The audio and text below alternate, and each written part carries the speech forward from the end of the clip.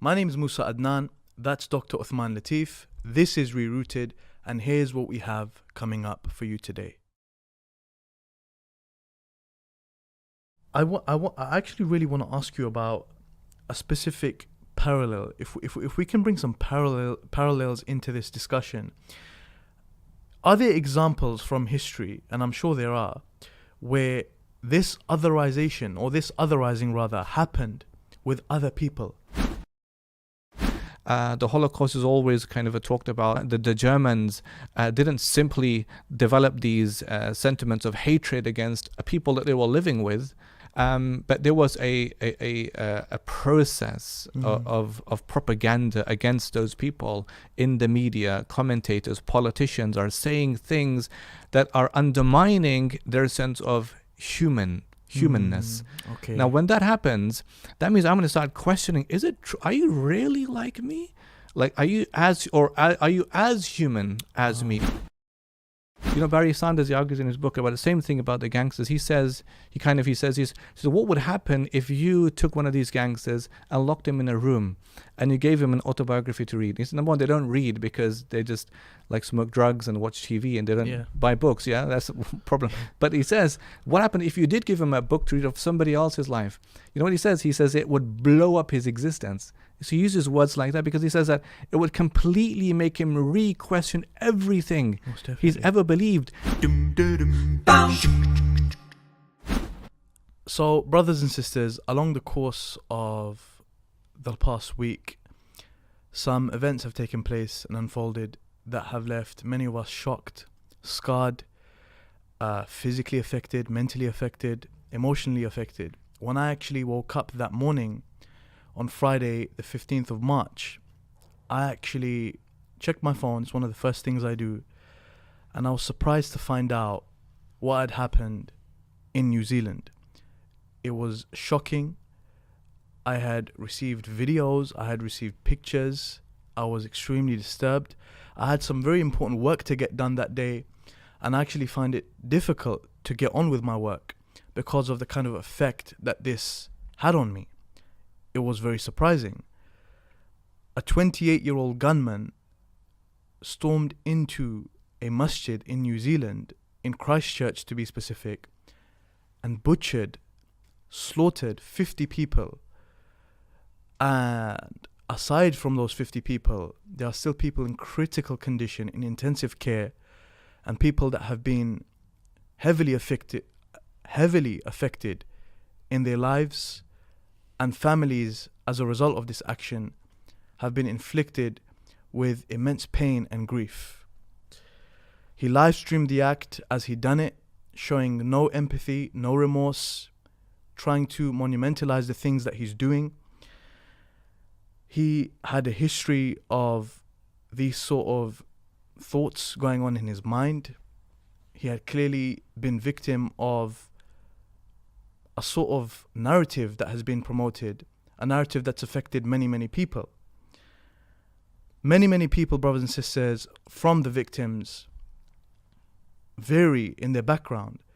People who are teachers, engineers, a university professor, a religious figure, women, children. One of the women that I actually read about, she went to the brother's side of the masjid, the male side of the masjid, to find out what had happened to her husband, and as a result of her actually going there, she ended up getting killed herself, and her husband survived.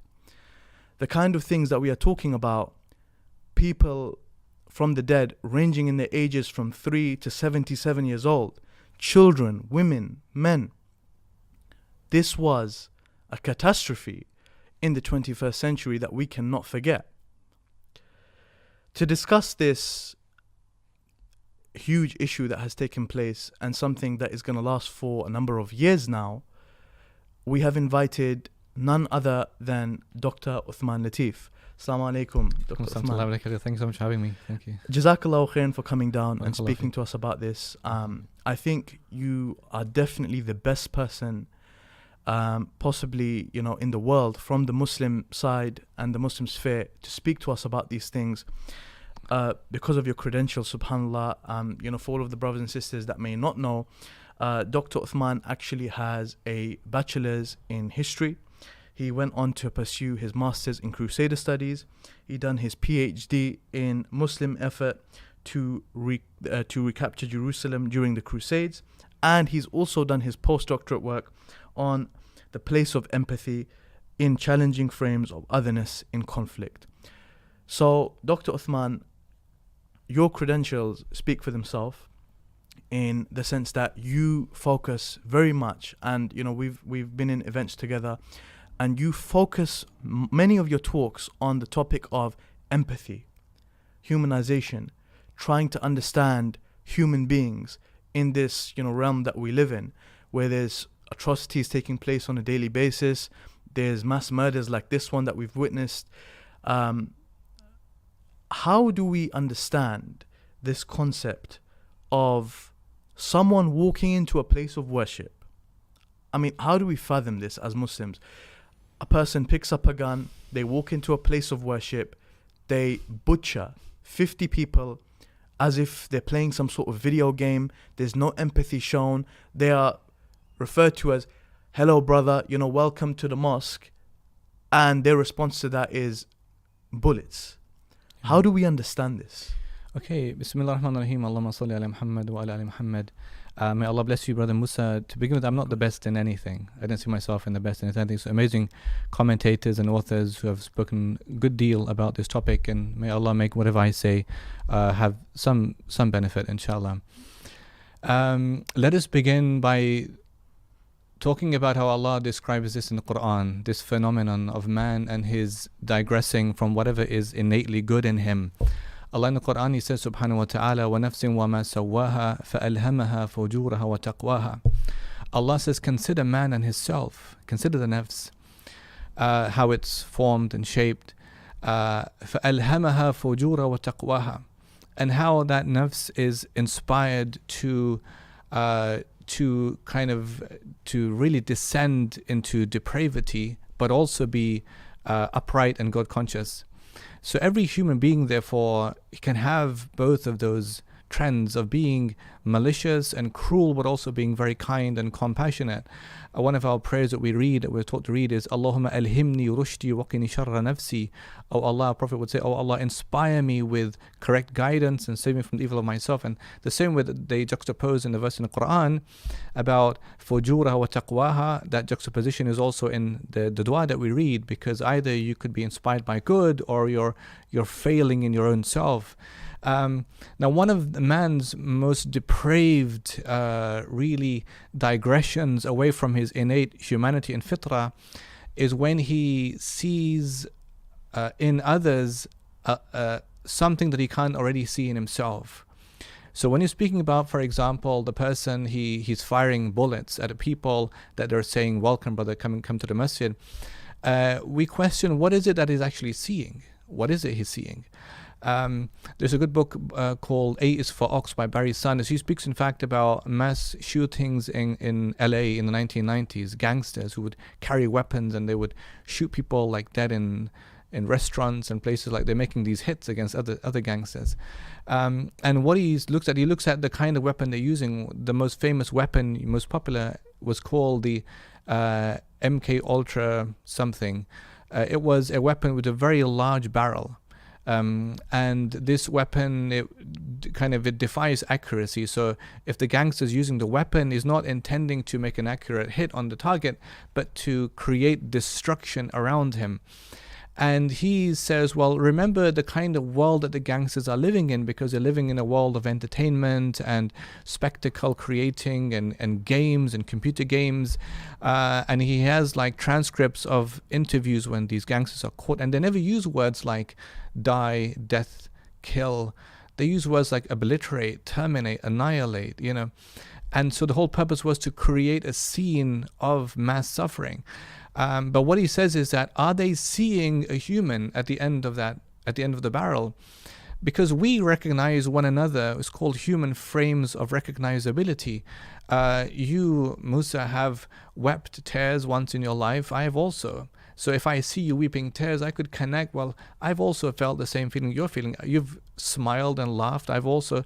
We connect to one another based on these human codes of recognizability or familiarity. And that really makes us essentially human. That's the human connection we have with one another. But these things are easily subverted. It's very easy also to subvert these things. So remember, that's what dehumanization is. It is to subvert what is inherently fitra based, what is inherently good in a person. So now to do that can be difficult and also easy. It can be difficult because we recognize these traits in each other so easily. It's like we have mimicry, like a baby. If a baby cries, then the other baby next to it will cry, not knowing why it's crying, doesn't feel any pain, but it's crying still. This is where we get mimicry from. Yeah. And that's the discourse in empathy studies. And so we are therefore, we feel, we're not, Allah hasn't made us, we're not essentially and naturally cruel or vindictive or evil. Therefore, it is quite hard to dehumanize somebody because we're stripping off layers of our own self that we're supposed to see in others. But it's also easy. How is it easy to dehumanize somebody else? If you think about like the way that this played out in conflicts around the world that are current to us today and also in the past, the Holocaust is always kind of talked about, and it should be because it was a great suffering of a lot of people. It didn't just begin in isolation. The Germans didn't simply develop these sentiments of hatred against a people that they were living with, that they knew from school, like they used to the butcher down the road. But there was a process of propaganda against those people in the media. Commentators, politicians are saying things that are undermining their sense of humanness. Okay. Now, when that happens, that means I'm going to start questioning: is it true? Are you really like me? Like, are you as human as me? Maybe you're human. You're not as human as I am a human. And it's like you have the ascent of man. In fact, they did a study in America about, they showed people that the ascent of man, the picture of people like, from when he's the Neanderthals, man, and he's the caveman, then he's hunchback, and then you have the man of the modern man. And they asked them to try and specify a people or a race of people or a religious people, a group of people, try and give each of these people the picture from a different time period from in their minds of evolution, a name.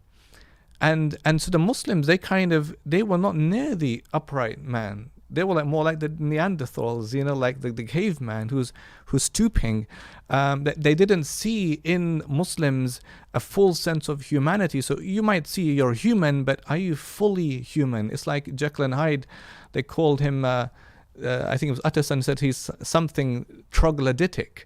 And troglodytic is like, who knows what that is? It just sounds inhuman. It sounds something bestial. It sounds like, what is the name of a medicine? What is it? It's something else. Yeah. So not fully human.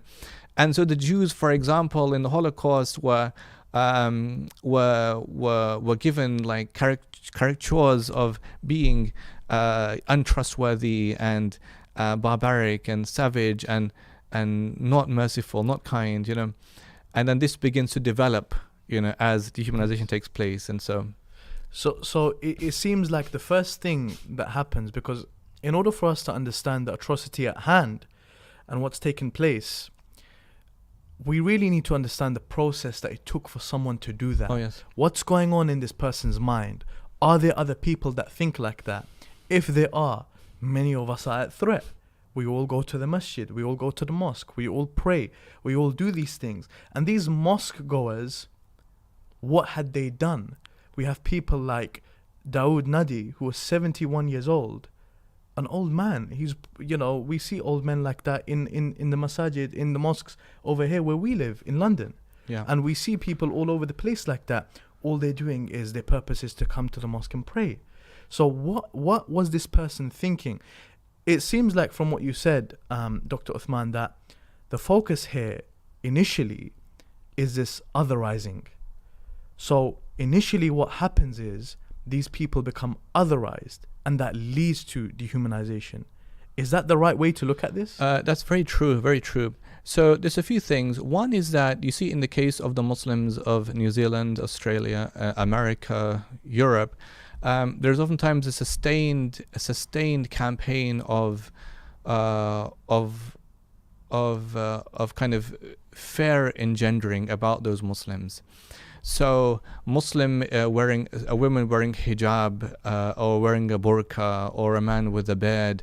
Sometimes we find images like these used in the media with a very skewed narrative. You know, is it like they have ill intent, ill purpose, immigrants, invaders, untrustworthy, all these kind of things.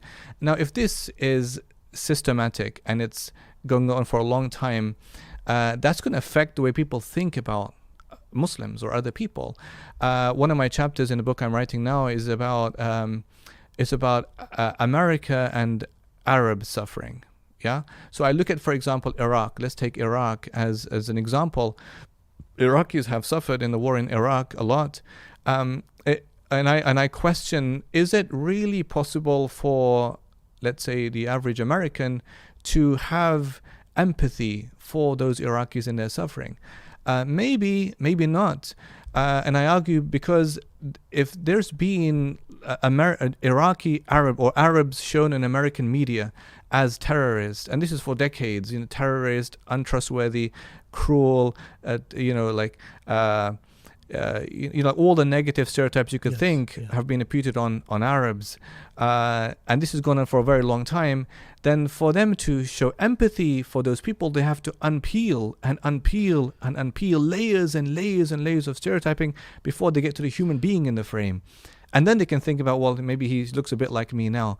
And I think that's what's happening. And so the man who's committed these horrendous acts of murder in the masjid, what is he being fed of all these lies and propaganda about who these Muslims are? Because what's going to happen, like you mentioned, the old man, Allah have mercy on his soul, who died in the masjid, and the old sister, Allah have mercy on all of their souls, and he's not discriminating. It's a complete annihilation. Now what happens? This is what happens. We all have a mental canvas. We have a mental canvas. And we're painting on our mental canvas, but it's about how we're painting. How does the media paint our image? Yeah. You mentioned the name of one of the victims, and that's interesting because he has a name. Sometimes we're nameless and we're faceless. We're just a lurking shadow in the dark. If you're painting on the mental canvas with broad strokes using wide brushes, that means that there is no room for identification, for an outline that's neat. You're paying attention to the nuances and the shades of color. No, it's just one blackness. And that's like, so if he's shooting people in a mosque and he's not discriminating, if it's a child, whatever, it's because it's all one and the same picture of a threat. He thinks in his mind of invaders into New Zealand, of terrorists into New Zealand, of people who are, anti the world, humanity.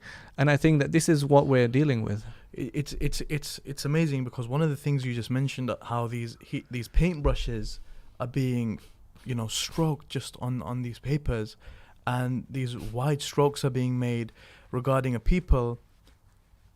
kid that wanted to grow up and play football. That's right. A man who was a husband to his wife, a man who was a university lecturer who was lecturing other students and actually giving something to the wider society, giving his knowledge, his information that he studied for to wider society.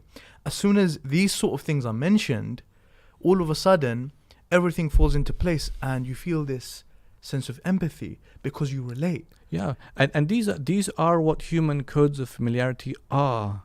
They're not to make a presumption about a people. Barry Sanders, he argues in his book about the same thing about the gangsters. He says, so what would happen if you took one of these gangsters and locked him in a room and you gave him an autobiography to read? He said, number one, they don't read because they just like smoke drugs and watch TV and they don't buy books. Yeah, that's a problem. But he says, what happened if you did give him a book to read of somebody else's life? You know what he says? He says it would blow up his existence. So he uses words like that because he says that it would completely make him re-question everything he's ever believed, because he will realize, I'm pointing my gun at somebody who has a mother, like I have a mother. and whose mother would cry for him like my mother would cry for me. And all of these things are like what makes us naturally human. And I think, like you mentioned, the importance of the narrative is very key in rehumanizing or creating empathy in the people who are stripped of that in the beginning. Dr. Uthman, in order for us to understand this tragic event that has taken place, where many of our brothers and sisters have been killed,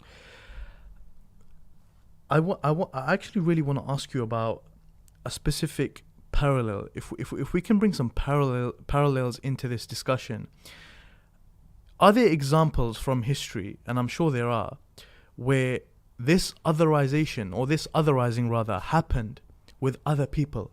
So this happened with people from the past, and it resulted in the same thing. Well, I think the first thing we should speak about is the Maori community of New Zealand. Remember that they also have been a process of a long process of otherizing because of colonialism. And they're living in New Zealand right now. So I think that we also have to see them in the frame of an othered people because of darker skinned, because of so-called not having the same set of values and ideals as the colonizers who came into New Zealand. And that's the first thing. The second thing, there are many examples that we can speak about. Let's say, take Rwanda. Yeah. In Rwanda you had, and again it's colonialism, and it's interesting because this guy was a white supremacist, a far-right racist, who saw like the non-whites, in this case the Muslims, as representing a kind of an anti-whiteness, an anti-civilization about things, And so if you think about Rwanda, now Rwanda you had three tribes. You had the Hutus and the Tutsi, and you had the Twa, but you had Belgian colonizers, and they're whites. So the Rwandans are blacks, the Hutus and Tutsis are both blacks, but there's small differences between them. One group is lighter skinned. The Hutus are darker skinned, the Tutsis are lighter skinned, and the colonizers therefore favored the lighter skinned ones, and they gave them better jobs, better homes, better, living spaces.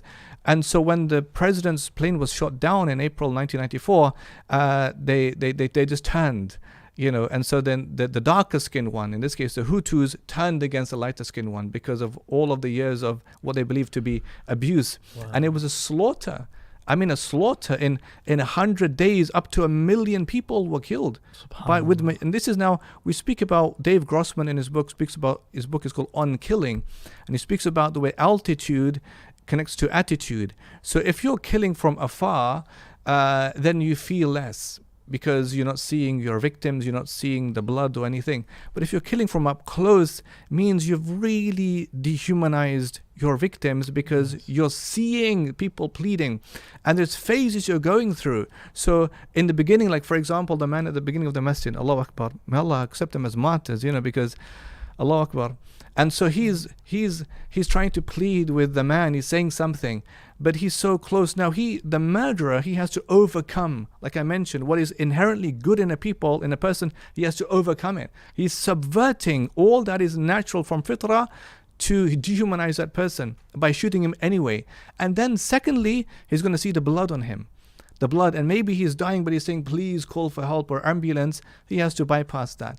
You see, so at each stage he's bypassing, subverting what is supposed to be naturally good in him to dehumanize that person.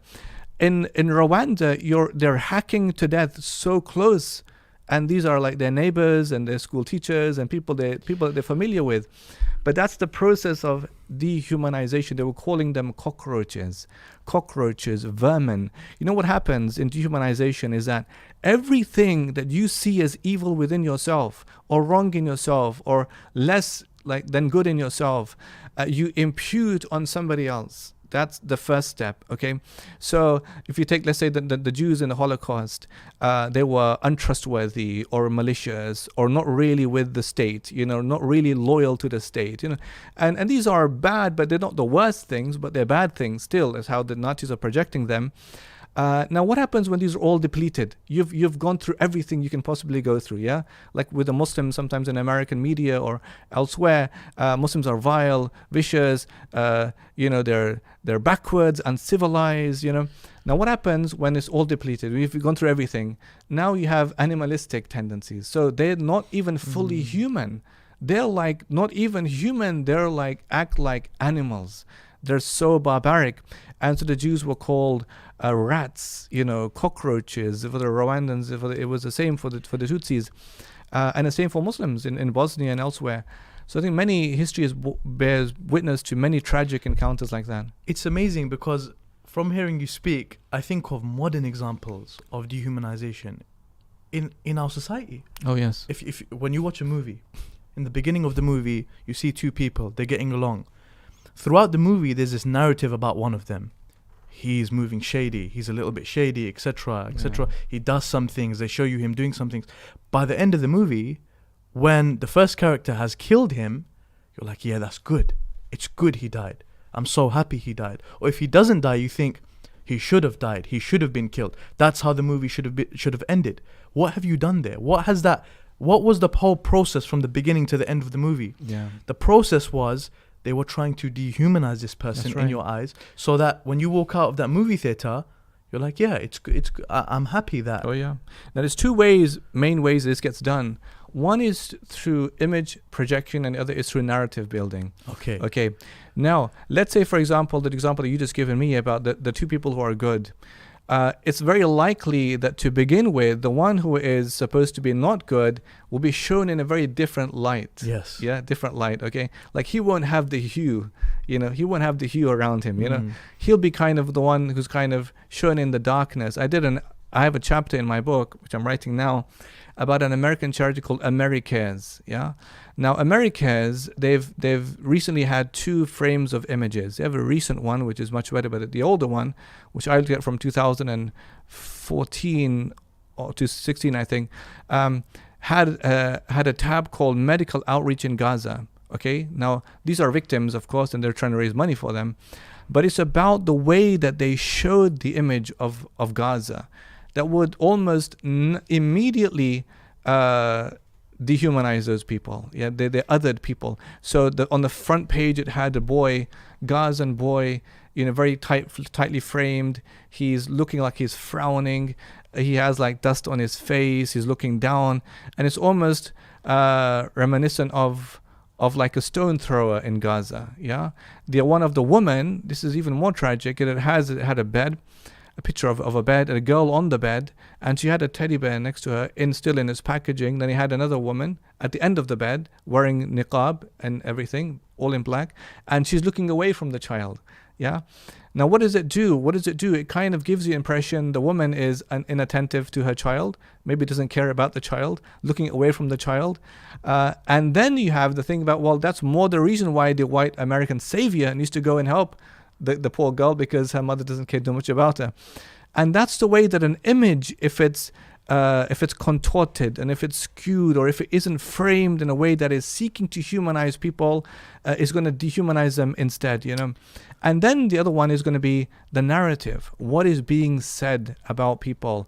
And I think that both of these things work oftentimes together in very negative media representations of a people that will then eventually dehumanize them. But we have a role, I think, as human beings and as Muslims, to try and reverse that trend by giving people a frame of recognizability, a narrative of humanness, as opposed to being dehumanized and othered in the media. Jazakallah khairan for that, Dr. Uthman.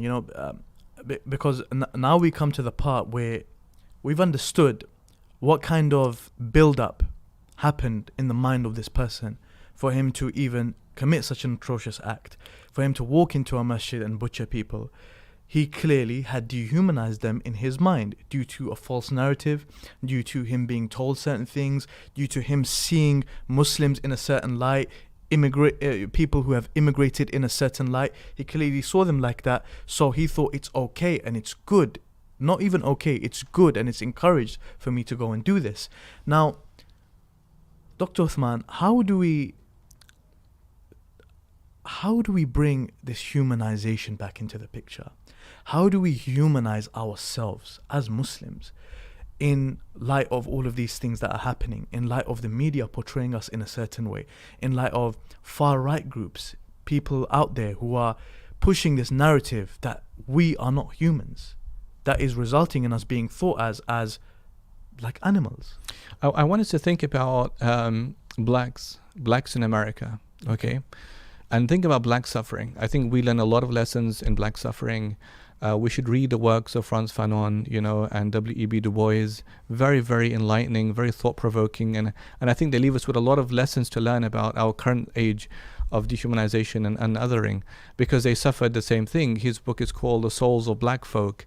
In fact, in his first page, in his first paragraph, he writes, what does it mean to be a problem? Like we think, what does it mean to have a problem? He says, what does it mean to be a problem? How he saw himself. You know, it's like, but one of the things that's interesting is this. You know, there were a lot of lynchings of hundreds of victims, of black victims, you know, in America.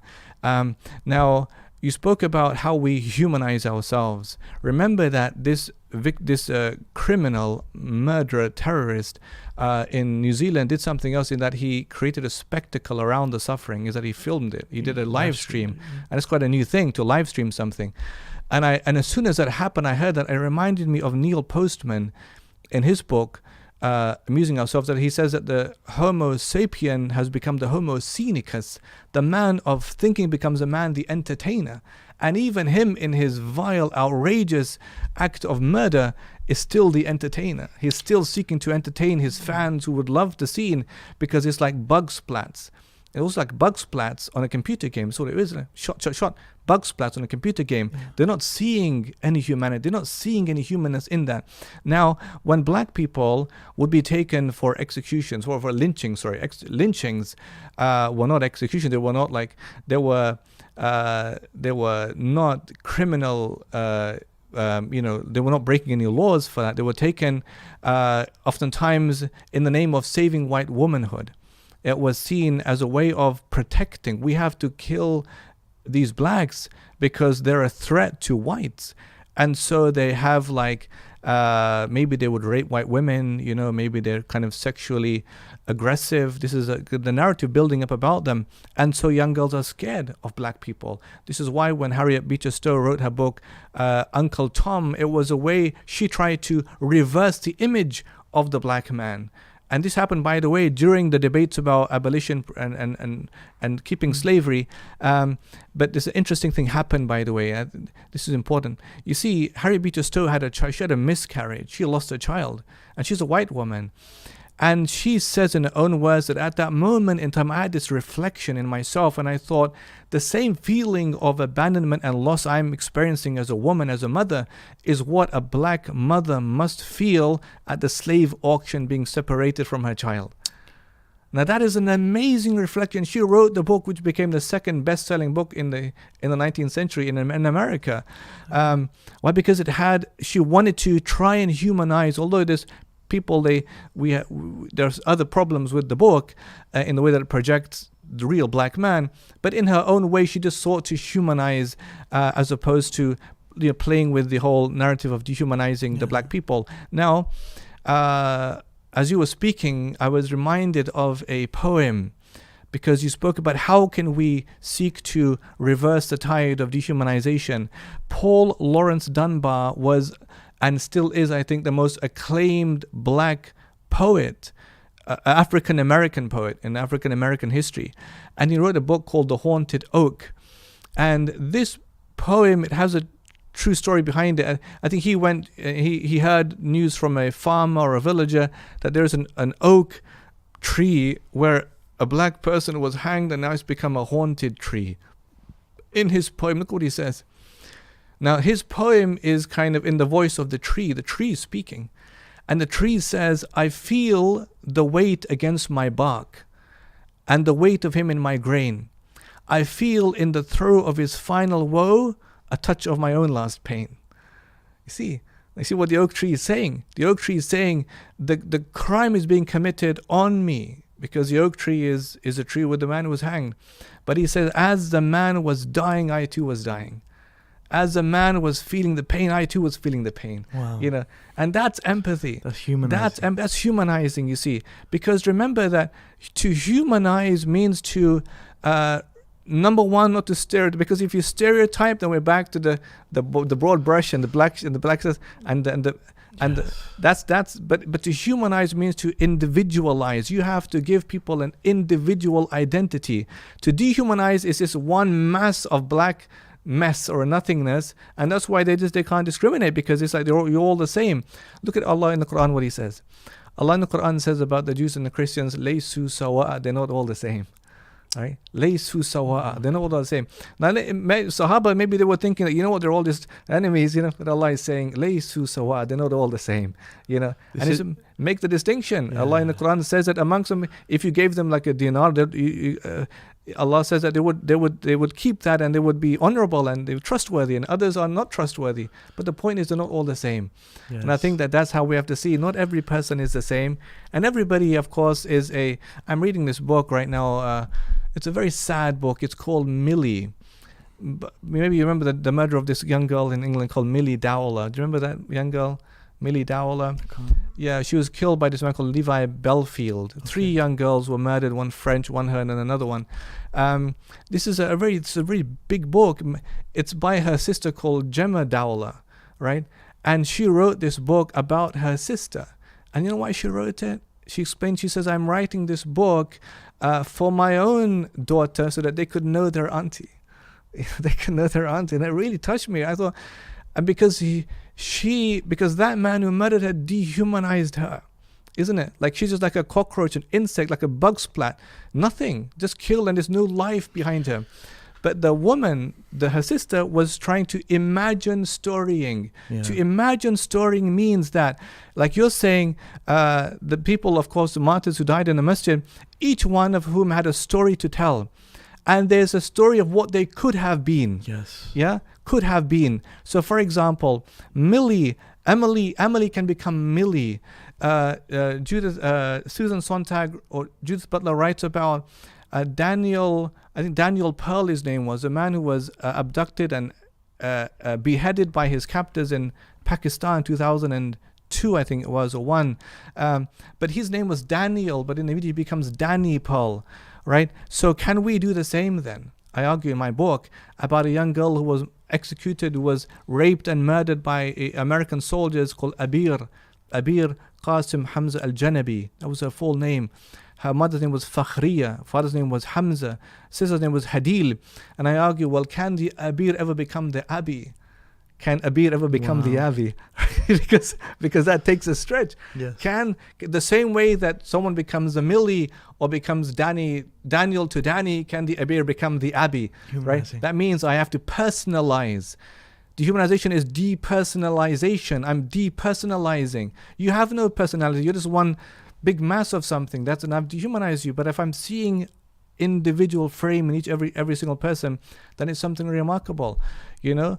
And I think this is important for us. Subhanallah, some very, very insightful points there, Dr. Uthman. Subhanallah, that I think many of us can really benefit from and think about. I think it's sort of self-explanatory that in order to humanize, we need to first educate ourselves on empathy. We need to first understand and have a good sense of emotional intelligence when we're speaking to people. A good way to start that might be to, speaking to your family in better ways, treating your family and your friends and your foes in better ways. I feel personally, and the work that we do here at IERA, we all feel that one of the best ways to humanize people and to bring this, humanization and to bring this empathy back into the picture is by educating people and giving them da'wah. Oh yes, of course. Allahu Akbar. How important do you feel like these two things are? Namely, specifically da'wah. Giving da'wah, us projecting, we are Muslims, we believe that there is only one God that's worthy of worship. We believe in all of the prophets and we believe in these messages from Allah, that the Quran has messages from Allah in it. Your creator that created you, who loves you, who looks at you as a human, who looks at you as someone that's going to make mistakes and turn back to him. Oh, this is very, very beautiful what you're saying. It's very beautiful what you're saying. And it reminded me of, the Prophet ﷺ, his name is Muhammad ﷺ. But they would call him Mudhammam. Look at empathy. There was nobody who had more empathy than the Prophet ﷺ. Allah in the Quran said, لَقَدْ جَاءَكُمْ رَسُولٌ مِنْ أَنفُسِكُمْ عَزِيزٌ عَلَيْهِ مَا عَنِتُّمْ حَرِيصٌ عَلَيْكُمْ بِالْمُؤْمِنِينَ رَءُوفٌ رَحِيمٌ. The messengers come to you from yourself, and it troubles him what would happen to you. حَرِيصٌ عَلَيْكُمْ, full of concern for you, and with the believers he is compassionate and merciful. Now his name was Muhammad ﷺ, but they would call him Mudhammam, which is the opposite of Muhammad, right? The one who is not praiseworthy. And he would then say to people, well, who is that? I mean, who is Mudhammam? And my name is Muhammad ﷺ. But still, in spite of this, in this situation, in this context, Allah is saying in the Quran, لَتَسْمَعُنَّ, you will hear from the mushrikeen and from others, أَذًا كَثِيرًا, many hurtful words, right? So even if we do our level best, does not mean that it would stop dehumanizing altogether, because you're still going to hear, you might hear bad things, because no one had the most perfect mannerism than our Prophet, but still they sought to do bad things to him. But I think we have an obligation to ourselves and our next generation also. Dawah is very, very essential in this respect, because remember that Allah in the Quran, when he's speaking to people, he's speaking with a sense of togetherness. For example, we spoke about the Rwandans, Hutus, Tutsis. Allah in the Quran says, وَمِنْ آيَاتٍ, from the signs of Allah, and Allah has made you, and خَلَقَكُمْ, Allah has made you into nations and tribes. Allah didn't say he made nations and tribes. He says he made you into nations and tribes. That means we recognize each other in that whole process of becoming nations and tribes. Yes. Like the verse on the marriage when Allah says, and خَلَقَ لَكُم مِّنْ أَنفُسِكُم, created for you from you, meaning your wife is just a part of you. You don't see her as an outsider or as an other person. And I think when we're calling others to Allah, your point was very beautiful in that you're calling people to a Lord who does not discriminate. Yes. Allah is fair and just with all people. And any differences people have, like let's say the example of one of the Prophet's companions was Julaybib, Yes. radiallahu an. And Julaybib, in fact, he was kind of othered, slightly in his time, because people saw him as an other. They saw him as just an outsider, as a stranger, because he looked different to them, behaved different to them. But look at how our Prophet reversed the tide of potential otherizing of that human being, in that when he was martyred, the Prophet says, هَذَا مِنِّي وَأَنَا مِنْهُ, this man is from me and I am from him, 3 times, to show, well, he's not just like one of us, he's one of me and I'm one of him. And that just shows the importance of empathy. And also, there's 2 kinds of empathy. We have like cognitive empathy, we have affective empathy. Cognitive empathy means to understand the needs of others. When we're speaking to others about Allah, right? People have like all sorts of things happening in their lives. They have like domestic things we all experience as human beings, financial problems we all have problems with our children, all sorts of things that we have in life. But speaking to somebody about Allah means also to relate to their life experiences, to where they are in life. You see, there was a man, Ikrimah ibn Abi, look at the Prophet's empathy here. Ikrimah ibn Abi Jahl, he was the son of Abu Jahl. And he was one of those who fled from Mecca as the Prophet came back into Mecca. And he was scared in Allah. And he says, I've got to be sincere, came back, to embrace Islam. And the Prophet knew he was coming, sallallahu. And the Prophet says to his companions, يَأْتِكُمْ Ikrimah ibn Abi Jahl. Ikrimah, Abu Jahl's son, is coming to you, mu'minan muhajiran, as a believer and as a muhajir, as an immigrant. Now he's speaking to people who are muhajirin. They were muhajirin, right? They migrated, How does that make Abu Jahl's son a migrant? It does. Because migration isn't just migrating Mecca to Medina or Mecca to Abyssinia. He's migrating away from Allah back to Allah, right? He's migrating away from the Prophet back to the Prophet. Wow. Isn't that hijrah? Allah in the Quran says, فَفِرُّوا إِلَى اللَّهِ, flee back to Allah. And he's telling them he's coming to you as a believer and as a migrant. And they're thinking, we are the muhajirin, but Allah's called us muhajirin in the Quran. He's also muhajir. And then he says, فَلَا تَسُبُّوا أَبَاهُ, and don't curse his father.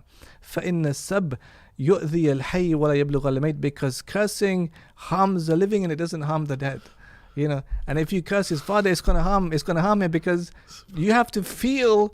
They say empathy is like putting yourself in someone else's shoes. That's true, but also to realize we don't all wear the same size shoes. There are codes and modes of differences between us, we have to appreciate that everybody is different.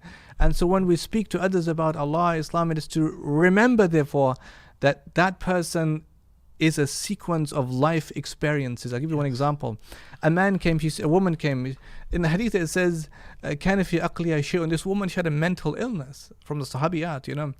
And she came in Medina and she says, Ya Rasulullah, inna li ilayka hajj. I have a need I'd like you to fulfill for me. Now what did the Prophet say? You know the first thing he says to her? He says to her, Ya fulan, oh the mother of so and so. Right? Now just stop for a moment and just think what he's saying there. By saying, oh the mother of so and so, he's already affording that woman a place of importance. Right? He's already saying you've already achieved a lot in your life. There are those who are dependent on you because you're their mother. You're already a person of importance and significance in life.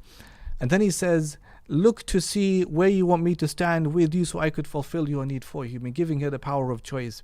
And I think therefore when we're approaching others, it is never to make presumptions about this person. That person is one person, not part of a mass. That they're not all the same in that respect. Abu Talib isn't like Abu Jahl. Mut'im ibn Adi isn't like Abu Jahl. You know, each one was different. Even amongst the disbelievers, there's differences.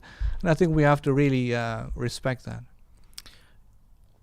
You know, just while you were speaking, a thought just pressed into my mind. And it's, if the New Zealand shooter knew all of this, he would never have done what he done. Well, I think we have an obligation I'm also now, I think, to call people to Allah, you know. Yes. And I think there's amazing things, stories I'm hearing about, but there's a woman embraced Islam in Leeds. Maybe you heard the story yesterday. I didn't. Yeah. So she went with sweets. In one of the masjids in Beeston Road, masjid in Leeds, she went with sweets. Yeah. To take as a kind of, and this also shows a great sense of outreach in other people. We have to pay respect to that. You know, I think definitely. That's very profound. And really is an act of mercy and kindness. And she went with sweet but the mosque was empty. And so she went around and she found a room and she opened the door and there was a group of brothers sitting on the floor having like snacks and tea. And she came in with the sweet and she said, I'm just here to give the sweet because of condolences, you know. And they said, okay, come and sit and then we can have tea with us. And then she sat down and had tea and she left the masjid as a Muslim. You know, this is why Allah in the Quran says, Wallahu ghalibun ala amrihi walakin akthara an-nas la ya'lamun. Allah is in full control over his affairs, but people don't know. And I think therefore having that sense of outreach with mercy, with compassion, with kindness, with understanding and empathy, it goes a very far way. And that would really transform people's lives. And bring them closer to Islam, inshallah, you know. Wow. You know, subhanallah. I mean, Jazakallah khairan, Dr. Uthman, you know, for taking time out of your busy schedule, you know, to impart us with this important information, this important knowledge. And brothers and sisters, I think it speaks for itself. Everything we've spoken about, otherizing, dehumanization, and ending with a message of hope, that there is hope at the end of the tunnel. Da'wah is here. We can give da'wah. We can call people to Islam. We can stop this dehumanization and this otherizing by educating people about what we are, who we are. Hey, I'm a human being, just like you. You know, sorry to cut you off. I didn't want to miss this. So I had one of the brothers who died, who's now being hailed as a hero because he saved the lives of so many others. And he died, and also his son died. There was an interview that the news reporter made with that man's wife. I don't know if you saw that one.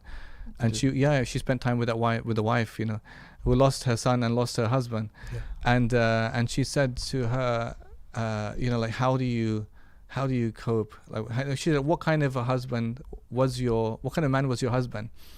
And she said he was love, you know. And the woman broke down in tears, you know. She said he was love. And because of Islam, he acted out of love, you know. And it was really profound that they could understand, is that who you are? You're Muslim? Is that how you act? Is that what you do? And I think that's so profound for us to generate that message of that we're not, you know, it isn't about where you don't want cruelty, you don't want suffering, you don't want harm unto others, but you want goodness and kindness and peace in the lives of others. And I think that's very important. Remember that people, when they dehumanize, they're fulfilling their own self-ego, and in doing that, they have to efface you.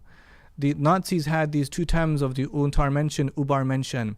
The Übermenschen were the lower group, but to have an undergroup, you have to have, therefore, an upper group, which was the Nazis. And so the more, therefore, that they bring somebody down, dehumanize them, they have to herald themselves as champions of liberty and saviors of civilization, everything else, you know. But I think that in dawah, what it does is that it humbles people. It humbles people. People become Muslim and they realize their true place in life, you know. So I think that's important for us. Allahu Akbar. Jazakallah khairan, Dr. Thank you so much. Jazakallah for khair. taking your time out. Allah bless you. So much. May Allah bless you too. May Allah bless you too. You know, may Allah bless everything that you're doing and make you your affairs easy for you and allow you to keep benefiting many people, inshallah. Ameen. Brothers and sisters, this is the conclusion of a very important episode of Rerouted, one that had to be done. You know, understanding, trying to fathom what happened in New Zealand is an important task for all of us, and we should all take it as a lesson. We shouldn't let these bad things happen and we cry over them and, you know, and that's it. We just leave it at that. We need to take these things as lessons and think of how we can change the future of humanity through these lessons, inshallah. Once again, Jazakallah khairan, Sheikh Uthman, Dr. Uthman. And also, brothers and sisters, if you'd like to see more of Dr. Uthman, or rather read more of him, you could get his book. It's called The Cutting Edge of the Poet's Sword, Muslim Poetic Responses to the Crusades. That's already out. It's an already published book. You could find out more about what he does, inshallah, online. And other than that, brothers and sisters, this has been us from Rerouted. If you haven't subscribed to us already, please do hit the subscribe button down below to keep up to date with all of our upcoming videos. If you want to learn more about Dawah and what we do at iEra, all of our details will be in the description box below. Other than that, we'll see you on our next episode of Rerouted. Take care of yourselves. Assalamu alaikum wa rahmatullahi wa barakatuh.